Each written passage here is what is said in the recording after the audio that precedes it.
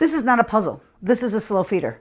Slow feeders are phenomenal for dogs who eat their food too quickly, who grab a lot of air when they eat, dogs who have a big, deep chest who might be susceptible to bloat, or for puppies who eat very quickly and then go look for something else from somebody else's bowl. Slow feeder slows down the eating process. These are fantastic, but they are not puzzles.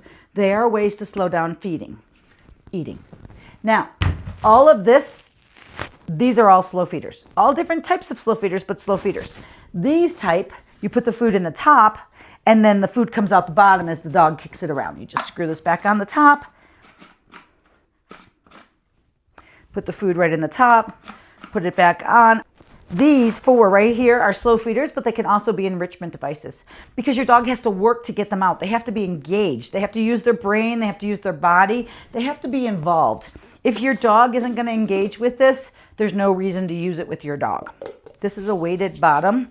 Remember, if you use any of these ones that are like this, or this, see how heavy that is? I have a mirror over here. I would never use that in this room because of the mirror. If you have low windows, if you have something that they could hit it through like a screen door, be careful with some of these weighted devices. But again, this is a slow feeder. You put the food in and the dog just knocks it all around and the food comes out. Now, different than a puzzle. So let's talk about puzzles real quick. Puzzles range in difficulty. You want to definitely be aware of that before you buy one. This is one of the easiest puzzles out there and one of my favorites to start every dog with. I love this puzzle. It's one of my favorites. Nothing can fall off. The dogs can't eat anything as they learn how to engage with it. As you can tell, I've washed mine so many times that the buttons have gotten a little bit swollen. But this is a great puzzle to start you off with because you can see if your dog's going to engage with it or not. And if they do, then you can move up to the next level puzzle. But before you start going to senior level puzzles, make sure your dog is even one that's going to play with it. Dogs need a strong nose often to do a puzzle. You need a good smelling treat to go in here for your dog to stay engaged. Now, kindergarten level puzzle, first grade level puzzle, a little bigger, a little bulkier. They have to move the pieces a little bit farther, a little noisier. Next level puzzle, I would actually put this one in the next level. See how we've got different things the dogs have to do. This one, it also has a chance to hide it a little bit. You can see this one's gotten eaten and we'll talk about that. Next level puzzle. So see what we're doing here? We're actually putting the treat under there, and you can either lock that like that, so the dog has to move that to get to the treat, or you can do it this way, if you're doing it that way. See how all these are going in different directions? This is a mid-level puzzle. This is not a high-level puzzle. This is not a low-level puzzle. This is kind of a mid-level puzzle. And this is also a very sturdy puzzles. You'll see that I have a handful of these kind. I really like these. They hold up to all the dogs and they hold up to a lot of cleaning. We do a lot of disinfecting of our toys and our treats here, and the puzzles need to hold up to it. This one's a fun one. So this one they can turn around. See how this is more advanced? I would call this a senior level puzzle. This is a great puzzle. Again, nothing comes off. There's nothing the dogs can put in their mouth, which is exactly what I want. But the dogs have to work at it to get something. So they might have to turn this way, then move that, right? That's a double parted thing. Turn this and then move the button. So more advanced. A couple things about puzzles. Number one, you have to be around with puzzles. It's not like a Kong that you can give it to your dog and walk away. Your dog needs you around when you do a puzzle. It's not going to take long. Don't worry. They nail these things pretty darn quickly. But you want to keep encouraging them to play with the puzzle and keep engaging with the puzzle even when they get a little frustrated and they're like, I don't get it. It's over here and I don't know how to get it over there, right? They can get frustrated. So you're just going to stay with them. But not only that, most dogs finish it in 5 or 10 minutes. They get it that quickly. Most cats finish it in 5 or 10 minutes. You'd be amazed how quickly my cat nails some of these puzzles. It's awesome. So puzzles are great, but they are not a toy to give to a dog when you leave for work. A puzzle is a toy to give to a dog when you're making dinner. A puzzle is a toy I'm giving to a dog when I'm having a conversation with my significant other and I want 5 minutes. A puzzle is a great distraction activity. It's a great, here you go, keep yourself busy kind of activity while you're around. Okay, next. Snuffle mats. So snuffle mats are a fun toy if your dog has a good nose and wants to engage.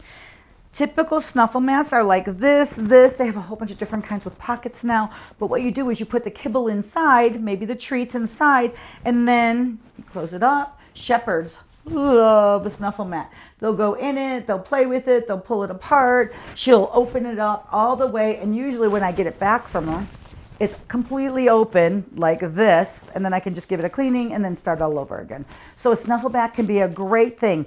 A lot of people will feed in a snuffle mat. Some will do enrichment in a snuffle mat. A snuffle mat can be made at home DIY very simply, but a snuffle mat can be a fun game to play with your dogs.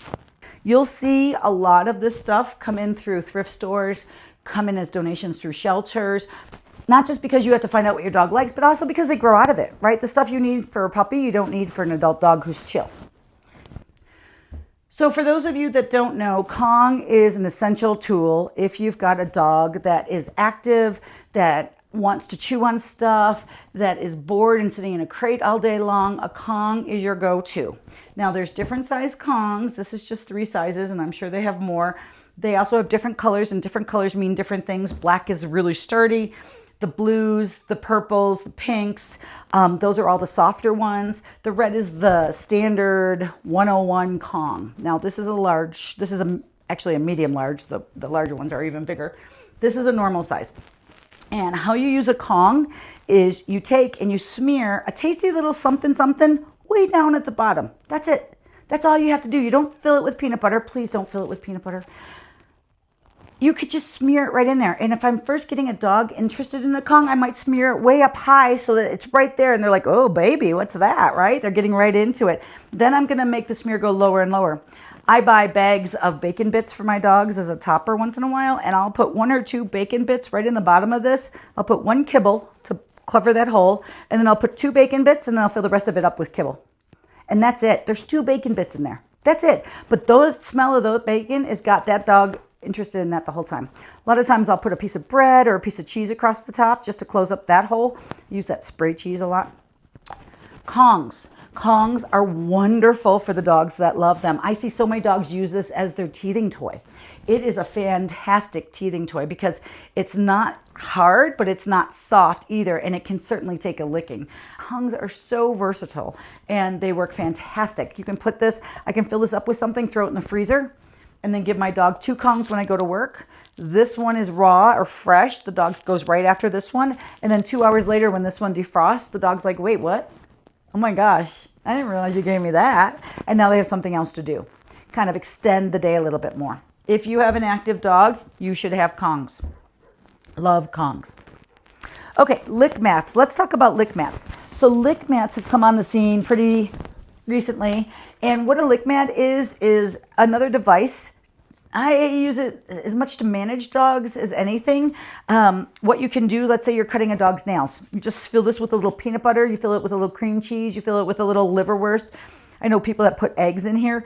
And then you put it down. This one's got suckers on it. Stick it against stuff, especially like the bottom of a crate, and give it to the dog. Now, a couple things about lick mats. Lick mats are great for cutting nails. It gives the dog something to do. I could put it right here with some peanut butter on it, and the dog can focus on that while I'm cutting his nails or doing something else. This one does not have suction cups. This one does. Big difference. If they only have a couple suction cups in the middle and not at the corners, it's not going to matter. The dog's going to eat the corners off. These are easy to eat by dogs, so they cannot be left with them for very long at all. But they are a fantastic device if I need to give a dog a few minutes. Sometimes I'll freeze these. I'll put some treats on them and freeze them. As you can tell, there's all different types of them, and they even have some ones that are really hard. So this one is a hard-backed one. Again, edible by a dog, but these are not things you're going to leave with them. Those are things you're going to use for management or for a few minutes. Again, you're having a conversation, and you're like, go sit over there for a second. Oh, you're on your bed? Great. Here you go. Here's a reward. That's a perfect reward.